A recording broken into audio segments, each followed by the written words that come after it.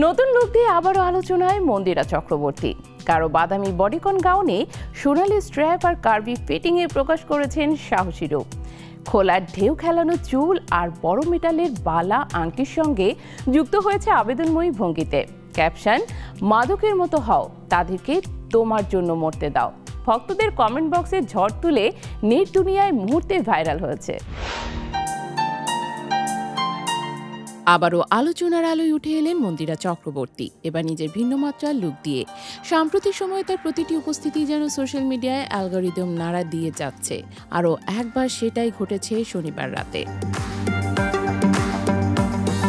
যখন তিনি ইনস্টাগ্রামে প্রকাশ করলেন একগুচ্ছ গ্ল্যামারাস ছবি। মুহূর্তে সেই ছবি ছড়িয়ে পড়ে ভক্তদের টাইমলাইনে, আর শুরু হয় নতুন করে তার স্টাইল ও উপস্থিতি নিয়ে আলোচনা। প্রকাশিত ছবিগুলোতে দেখা যায় মন্দিরা পরেছেন চকলেট ও গাঢ় বাদামি রঙের বডিকন গাউন, যা তার শারীরিক গঠনকে নিখুঁতভাবে ফুটিয়ে তুলেছে। সোনালি স্ট্র্যাপ, বুক ও কোমরের অংশে কার্ভি ফিটিং এবং স্লিভলেস ডিজাইনে তাকে দেখা যাচ্ছে এক অনন্য সাহসী ও আত্মবিশ্বাসী ভঙ্গিতে। প্রতিটি পোজেই ছিল এক ধরনের উষ্ণতা, এক ধরনের মাদকতাময় উপস্থিতি, যা দর্শকের নজর এড়িয়ে যায় না কোনোভাবেই।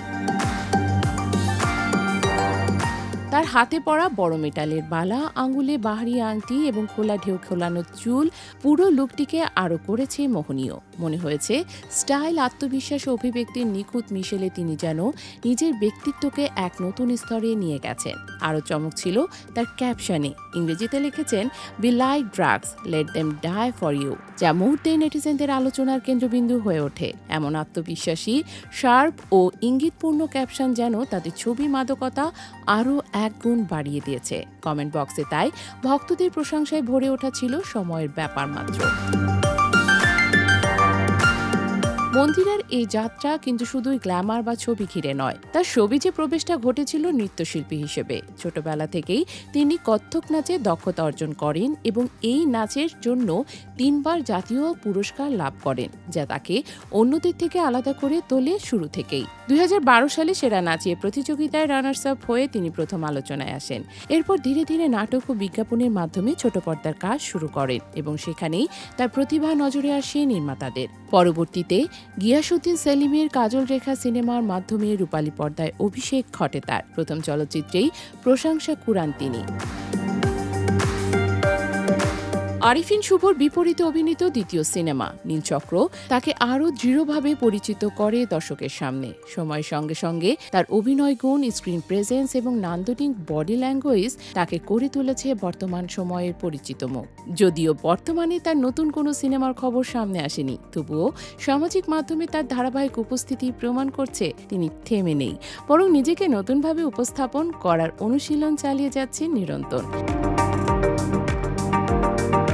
তার প্রতিটি পোস্ট, প্রতিটি লুক ভক্তদের মধ্যে সৃষ্টি করে কৌতূহল, পরের বার তিনি কোন রূপে আসবে। সামাজিক মাধ্যমে প্রকাশিত সর্বশেষ ছবিগুলো সেই ধারাবাহিকতারই প্রমাণ। তার লুক, স্টাইল, আত্মবিশ্বাস সব মিলিয়ে মন্দিরা যেন নিজেকে এক নতুন উচ্চতায় নিয়ে যাচ্ছেন প্রতিবারই।